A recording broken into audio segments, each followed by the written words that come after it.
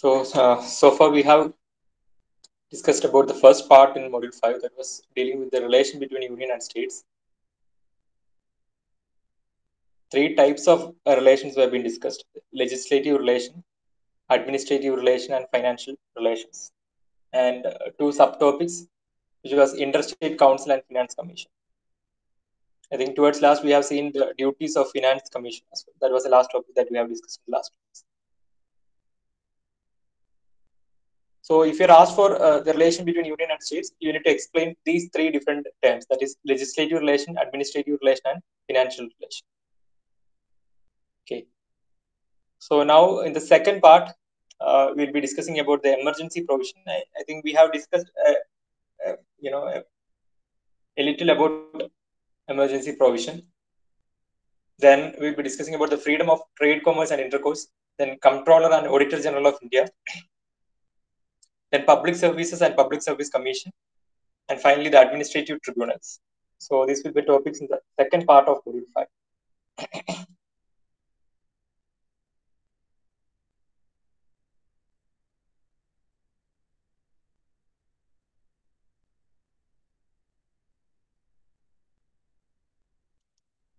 So we have made an initial discussion on this, that is emergency. We have already mentioned about the three types of emergencies that is been provided in the constitution. A state of emergency in India refers to a period of governance that can be proclaimed by the President of India during certain crisis situations. So this is actually a period of governance. Emergency is actually a period of governance that is actually proclaimed by President of India during certain crisis situations. So some crisis occurs with respect to finance, or with respect to the administration, or with respect to the wars or something like that happens. Some internal disturbances occurs. So in such cases, the President of India has the power to declare a state of emergency. So under the advice of Cabinet of Ministers, the President can overrule many provisions of the Constitution which guarantees fundamental rights to the citizens of India. So this is the prime concern. That is, when a state of emergency is being proclaimed or declared, what immediately happens is we will not be having those provisions we had earlier, like the fundamental rights that we had earlier at normal times will not be there for us at the time of emergency. We cannot execute our fundamental rights at the time of emergency. That is the most important concern as far as a citizen is concerned. So a president cannot himself declare a state of emergency. This is actually on the basis of the advice that he received from the Cabinet of Ministers or Prime Minister. So only on that basis, President will be proclaiming emergency.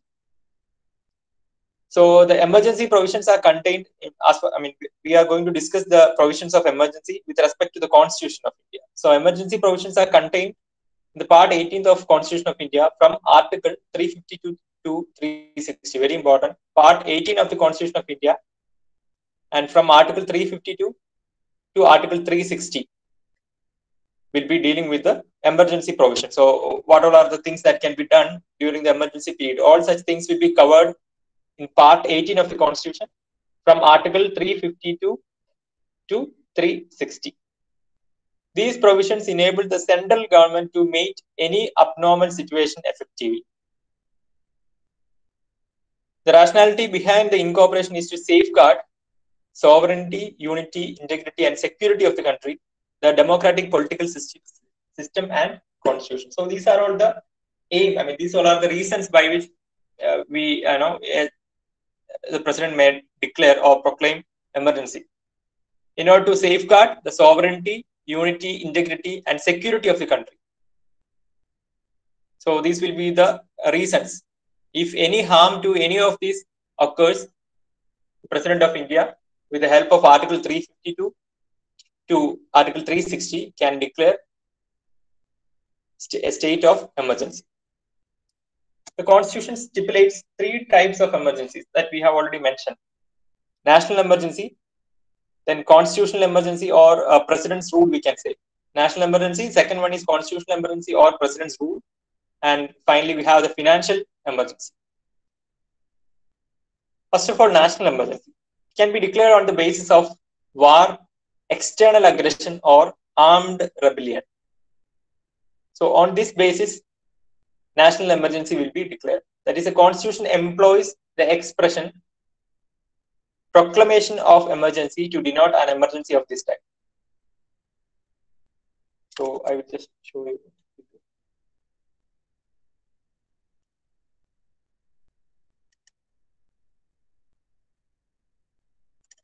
Can you see the screen? Hope you can see the screen, right?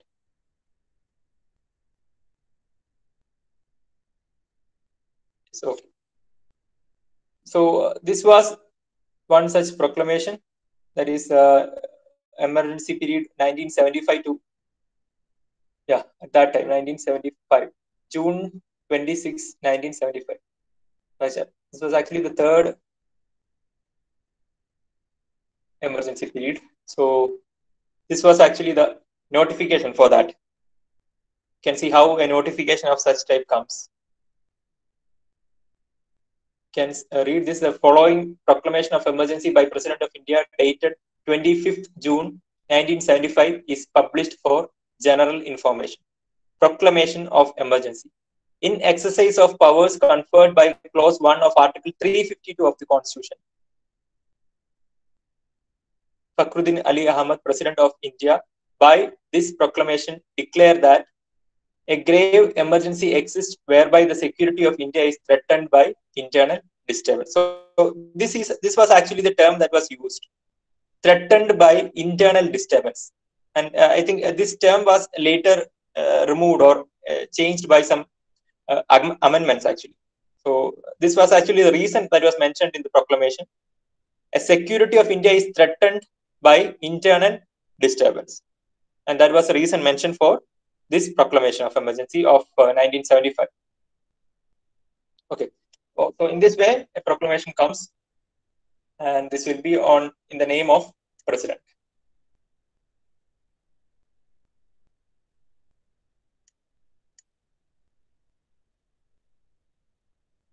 Okay. So that's what mentioned over here. The Constitution employs the expression proclamation of emergency to denote an emergency of this type. Okay. So what are the grounds of declaration of national emergency? On what basis, we can declare national emergency under Article 352? The president can declare national emergency when the security of India or part of it is threatened by war or external aggression or armed rebellion. The president can declare a national emergency even before the actual occurrence of war or armed rebellion or external aggression. That is, it is not necessary that only after the occurrence of war or armed rebellion, it's Sayuda Kalabam, it's some sort of rebellion that is happening. So a president can declare national emergency even before the actual occurrence of war, armed rebellion, or external aggression. It's not necessary that only after the occurrence of the war that we can declare the emergency, that is national emergency. So when national emergency is declared on the grounds of war or external aggression, it is known as external emergency. On the other hand, if it is declared on the grounds of armed rebellion, it is known as internal emergency.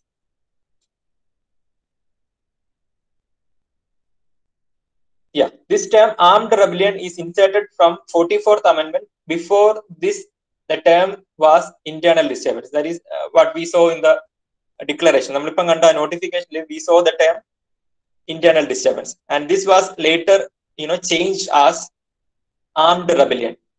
That was in accordance with amendment 44th Amendment. Okay, before that actually the term used was internal disturbance, and that was actually the term that is used in the 1975 declaration.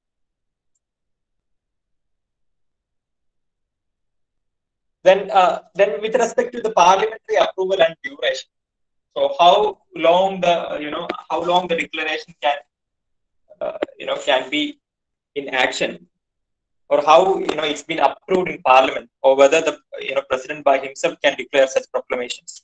So all these things we are going to discuss now. So the proclamation of emergency must be approved by both the houses of Parliament within 1 month from the date of its issue. So it can be issued now. If we are issuing this proclamation, or if the President is issuing a proclamation of emergency today, so within 1 month from the date of issue, this proclamation of emergency has to be approved by both the houses of Parliament. It cannot be a unilateral decision. But it should have the approval from both the houses of Parliament within 1 month from the date of its issue.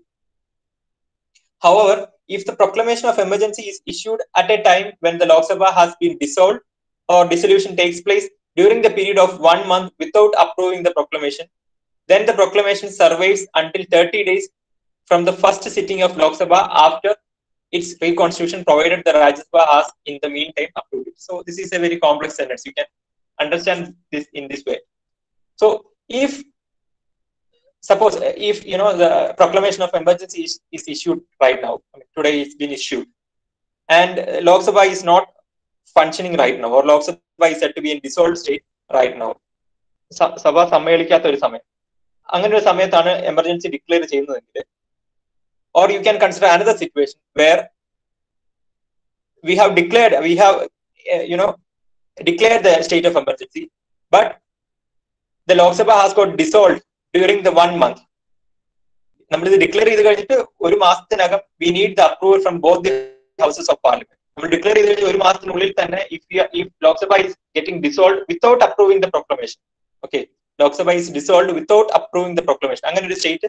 അല്ലെങ്കിൽ വേറൊരു condition എന്ന് പറയുന്നത് if the proclamation of emergency is issued at the time when Lok Sabha has been dissolved. Lok Sabha dissolved ആയിരിക്കുന്ന സമയത്താണ് proclamation issue ചെയ്യുന്നതെങ്കിൽ, ഈ രണ്ട് കണ്ടീഷനിലും the proclamation survives until 30 days from the first sitting of Lok Sabha after its reconstitution. Okay, so ഈ dissolving state കഴിഞ്ഞിട്ട് Lok Sabha reconstitute ചെയ്യുന്ന time, from the very first day of Lok Sabha's reconstitution, this proclamation survives until 30 further days, provided Rajya Sabha has in the meantime approved it. Okay, anyways, you just need to understand one thing. This declaration of emergency has to be approved within 1 month from the date of its issue by both the houses of Parliament. That is a core point. Then two cases can occur. Suppose in one case, the emergency is being declared at the time when Lok Sabha has been dissolved. In another case, Lok Sabha has been dissolved within the 1 month of declaration of this emergency without approving proclamation. These two cases can come. In both cases, the proclamation survives until 30 days from the first sitting of Lok Sabha after its reconstitution, provided Rajya Sabha has in the meantime approved it. So if approved by both the houses, the emergency continues for 6. So this is actually the duration. If both the houses has approved the declaration, then this emergency period will continue for 6 months, and it can be extended to an indefinite period with an approval of Parliament for every 6 months. So the primary duration is 6 months. That is, if it is approved by both the houses, the emergency will continue for 6 months and can be extended further with an approval of the Parliament for every 6 months. Every resolution approving the proclamation of emergency or its continuance must be passed by either House of Parliament by a special majority. So that's the point. So once whatever be the type of legislation, whatever be the resolution that we are bringing up in terms of emergency, it requires a special majority in the Parliament. Okay, whatever be the resolution that we are bringing in the House of Parliament with respect to emergency related to either resolution number Parliament, it has to be passed by a special majority. It has to be passed by not a simple majority, but it has to be passed by a special majority. Then revocation of proclamation. So we have learned about the duration. 6 months on a duration. After that, it can be extended further with the approval of Parliament. So then how to revoke the proclamation? How to cancel that? So So a proclamation of emergency may be revoked by the president at any time by a subsequent proclamation. Such proclamation does not require parliamentary approval. So the withdrawal in the Samayata, it does not require any parliamentary approval. It can be done by the president himself. The emergency must be revoked if the Lok Sabha passes a resolution by a simple majority disapproving its continuation. So if Lok Sabha passes a resolution for disapproving the continuation, then also it has to be revoked. So two such conditions can happen for cancelling the proclamation. Once the proclamation of emergency is issued, the president at any time by another proclamation can revoke this emergency proclamation. That's one thing. The second thing is that if Lok Sabha passes a resolution to revoke the emergency, then also the continuation has to be disapproved. Already because the extension of the period can be done only by the approval from houses of parliament, right? If there is no approval from parliament, it has to be discontinued. So that's the second point. The emergency must be revoked if the Lok Sabha passes a resolution by a simple majority disapproving its continuation. Then what are the effects of national emergency? How this national emergency condition will affect? So a proclamation of emergency has drastic and wide-ranging effects on the political system. These consequences can be grouped into three categories. Effect on center-state relations. That is the one thing. Then the administrative relations discussed in Samiti, we have already mentioned that. Administrative relations have been in two categories, that is in normal times and at emergency time. So how the center union state relation changes, or what are the effects of national emergency on the relation between center and state? We have already discussed these terms. We will just read this out. While a proclamation of emergency is in force, the normal fabric of center-state relations undergoes a basic change. And this is been studied under three major heads. That is executive change, how the proclamation of emergency changes the center-state relations in terms of executive relation, legislative and financial relation. In terms of executive relations, center becomes entitled to give executive directions to a state on any matter. So center will be having the supreme power at the time of national emergency, and it will be entitled to give executive directions to a state on any matter.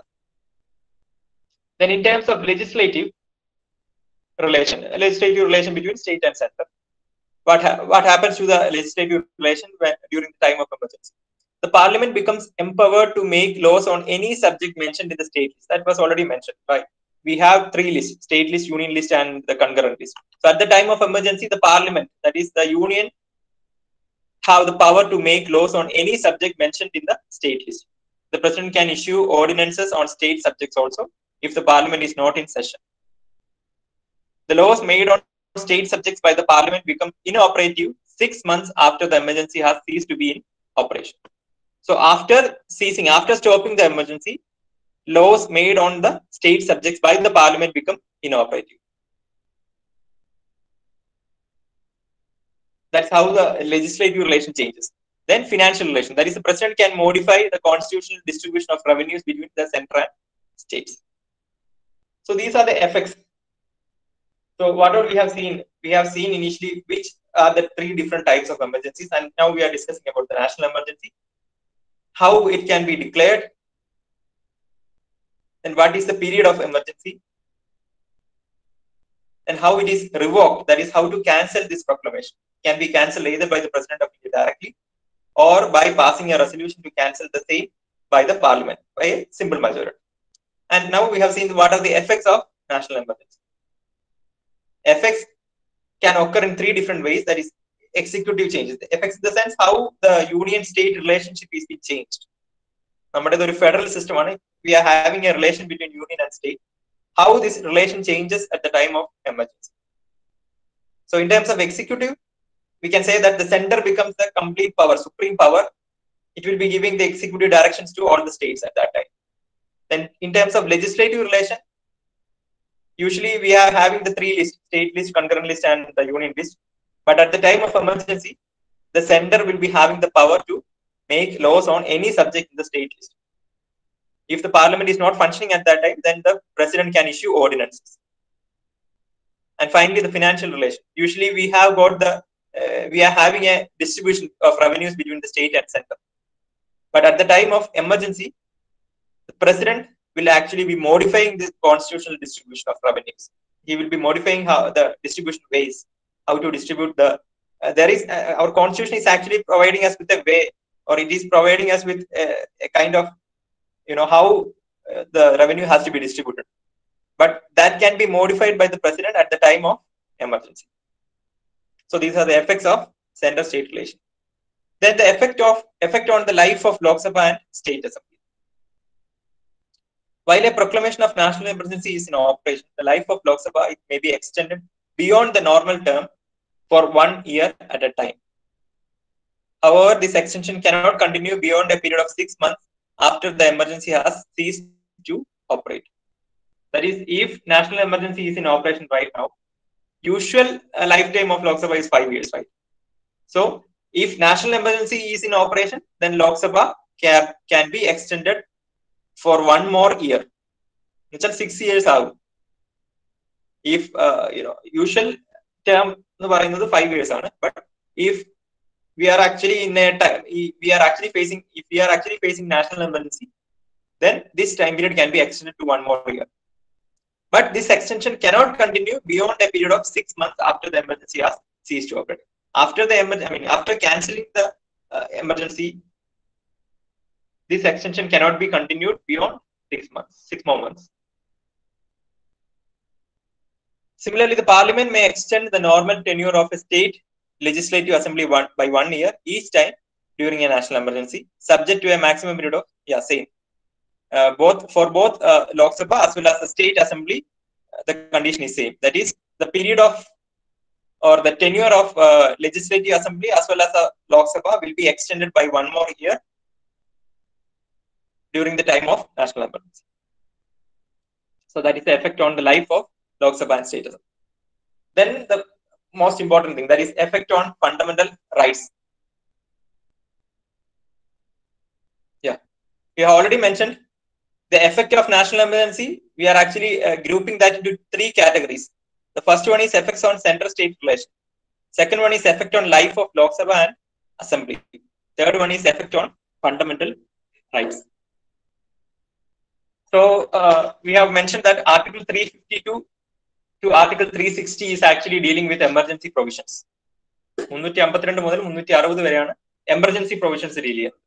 So within that, Article 358 and 359 describes the effect of national emergency on fundamental rights. So these 2 articles describes how national emergency affects the fundamental rights. Fundamental rights ne enganeyanu baadhikkunnu ennallathu it is actually mentioned by the Articles 358 and 359. So suspension of fundamental rights under Article 19. That's a very important effect. That is, all sorts of rights that we enjoy right now is coming under Article 19. So when a proclamation of national emergency is made, the 6 fundamental rights under Article 19 are automatically suspended. Article 19 is automatically revived after the expiry of emergency. Once the emergency is cancelled, these articles, that is, these fundamental rights will be revived, or we will be enjoying the fundamental rights again if emergency is cancelled. So at the time of emergency, the 6 fundamental rights will be automatically suspended. The 44th Amendment Act laid out that Article 19 can only be suspended when the national emergency is laid on the grounds of war or external aggression and not in case of armed rebellion. That was the amendment. This was the initial case, and you can see the amendment right now. Amendment of 44th Amendment. It stated that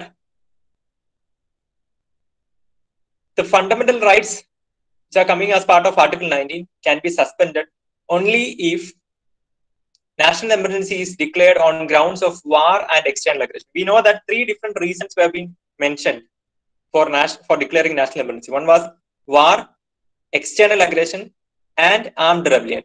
So if the reason is war or external aggression, then only the fundamental rights need to be suspended.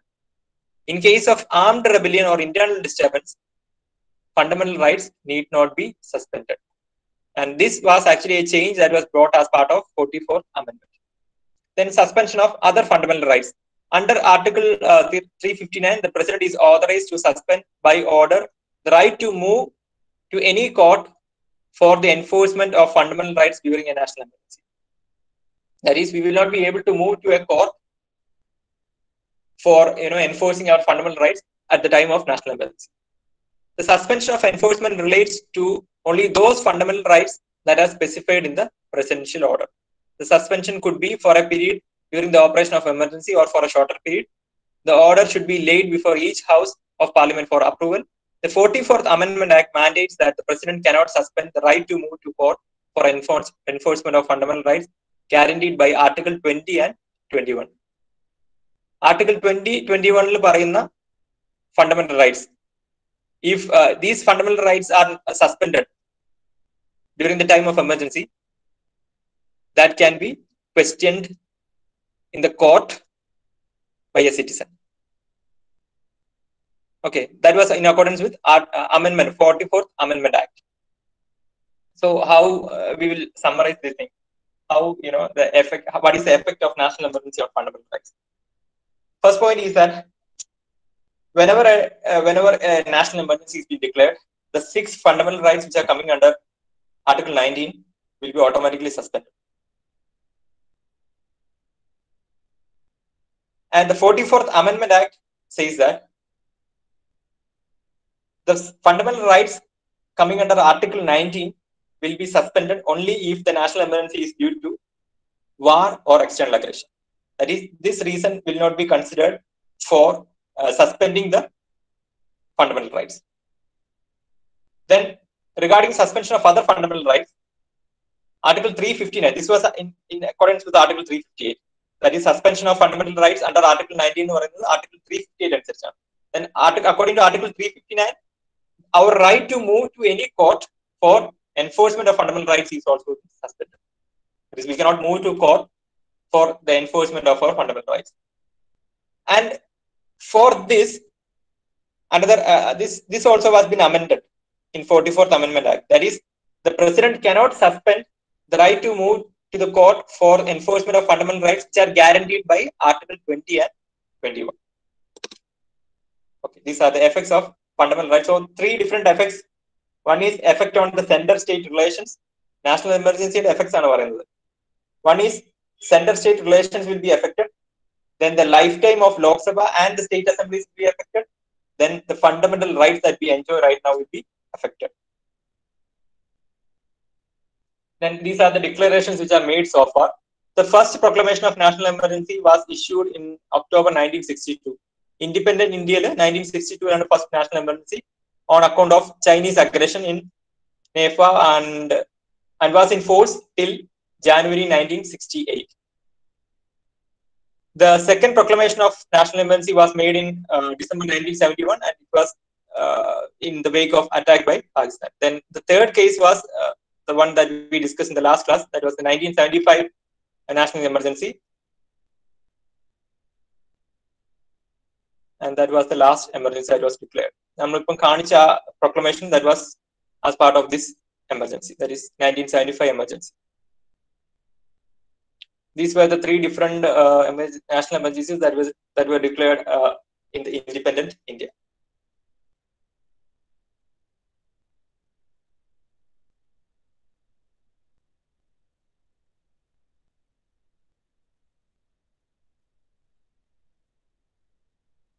So this is the second thing, that is president's rule, and I think here it's mentioned like constitutional emergency. It's same. President's rule will be the second type. It will be either constitutional emergency or president's rule.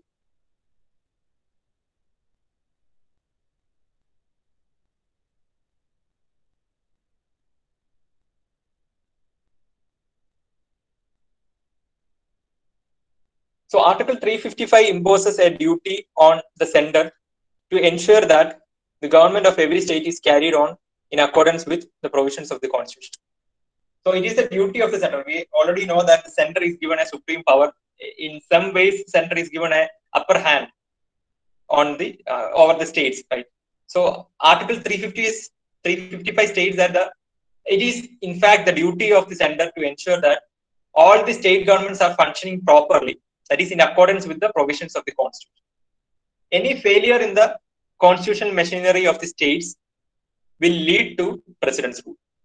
So it is a duty.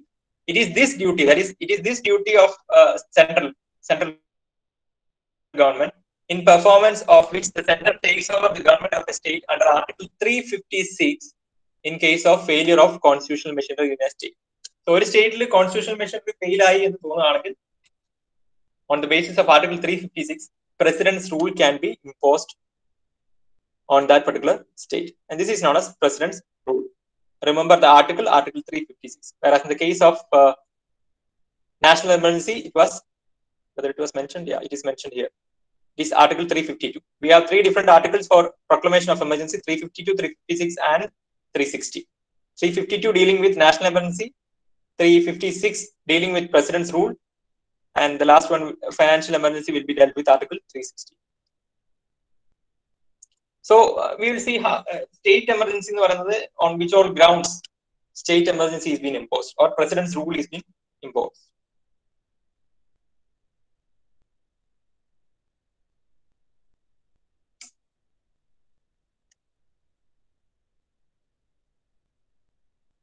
Okay. The president's rule can be proclaimed under Article 356 on two grounds. First one is that Article 356 empowers the president to issue a proclamation if he is satisfied that a situation has arisen in which the government of a state cannot be carried on. Nothing more. It's mentioned like if the president finds that a particular state is not working in accordance with the constitution. Constitution answers working any particular state. So the president has the right to declare president's rule over that state. Then Article 365 says that whenever a state fails to comply with or to give effect to any direction from the center, it will be lawful for the president to hold that situation has arisen in which government of the state cannot be carried on in accordance with the provision of constitution. I mean, these are long sentences, but you need not bother about this. You just need to understand one point. Article 356, in fact, provides a provision for the president to impose his rule on the state government. If he finds that the only condition is that the state government is not working in accordance with the provisions of the constitution, that is, the constitutional machinery has failed in a particular state. In that condition, president's rule can be imposed on the basis of Article 356. Then regarding parliamentary approval and duration of this constitutional emergency or president's rule, a proclamation imposing president's rule must be approved by both the houses of parliament within 2 months from the date of its issue.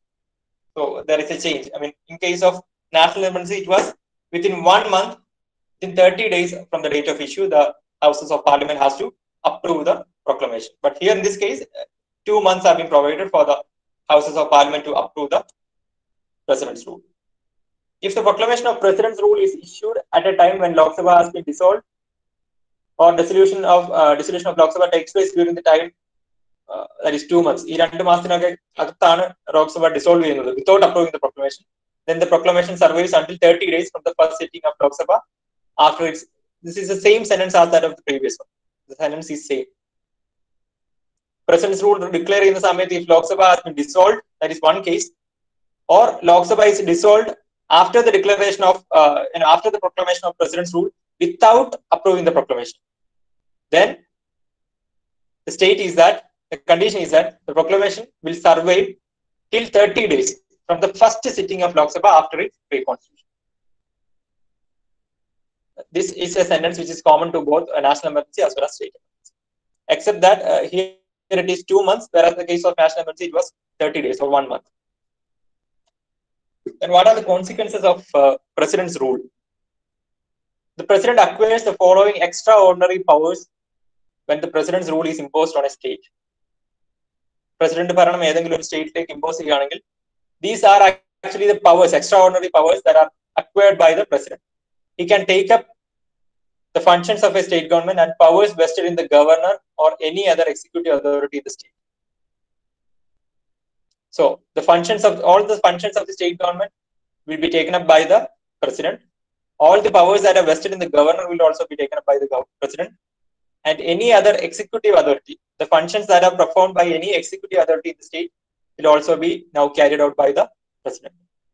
He can declare that powers of state legislature are to be exercised by the parliament. So once president's rule is imposed on state, automatically the state assembly will be suspended, and all such legislatures will be exercised by all the powers that have been carried out by the state legislature will be now exercised by the parliament. The third point is that he can take all other necessary steps, including the suspension of constitutional provisions relating to any body or authority in the state. So these are the three different consequences of president's rule.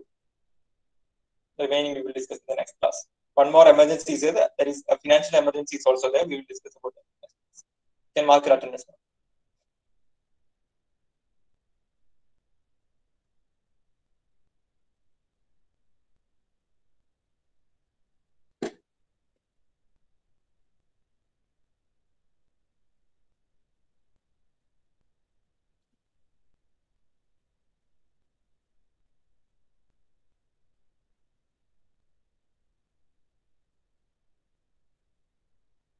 Okay, thank you.